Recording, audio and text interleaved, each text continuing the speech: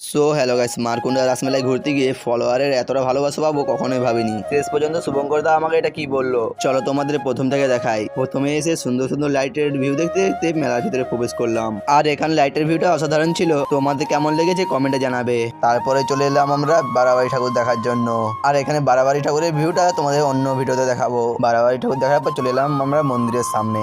মন্দিরের ঠিক সামনে রয়েছে স্টেজ। প্রোগ্রাম চালু হয়নি বলে ফাঁকা ফাঁকা লাগছিল।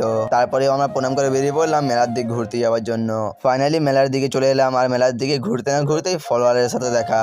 আর এই ভাইটা খুব সুন্দর রিলস ভিডিও বানায়, কমেন্টে দিয়ে দিচ্ছি আইডি, পারলে একটু সাপোর্ট করে দিও। দেখা করার পর চলে এলাম আমরা মেলার দিকে ঘুরতে, আর মেলার দিকে এসে দেখি মিকি মাউস আরো অনেক কিছু বাচ্চাদের খেলার জন্য রয়েছে। আর এখানে জামা কাপড়ের দোকান দেখতে পাবো, এটা কখনোই ভাবিনি। আর তোমরা এখানে সব রকমের পোশাক পেয়ে যাবে। তারপরে আবার চলে এলাম আমরা মেলার দিকে ঘুরতে, আর মেলার দিকে ঘুরতে ঘুরতে শুভঙ্করদার সাথে দেখা হয়ে গেল। ভাইকে সবাই সাপোর্ট করবে, লাইক কমেন্ট শেয়ার, ঠিক আছে, ভিডিওটা সবাই করে নেবে। আর মোটামুটি ভাই ভালো ভিডিও বানায়, তো মোটামুটি সাপোর্টটা করে দেবে আর কি। আমার মতো আমাকে জীবন করছো, ভাইকে সেরকম করবে, ঠিক আছে।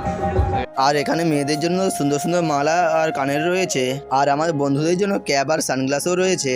তারপরে চলে এলো আমার ভাই চরকি খেলার জন্য। চলো দেখি কি হয়। আমার ভাই পয়সা ফেলবে বলে দাঁড়িয়ে আছে। ফাইনালি গাছ ফেলে দিচ্ছে পয়সা, দেখা যাক কি হয়।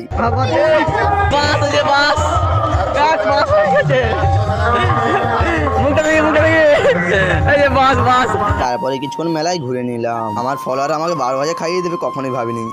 আমরা 12 ভাজা খেতে খেতে বাড়ি যাই। আর তোমরা এরকম ভিডিও দেখার জন্য ফলো করে নাও। দেখা হচ্ছে অন্য কোনো ভিডিওতে। Tata bye bye, see you.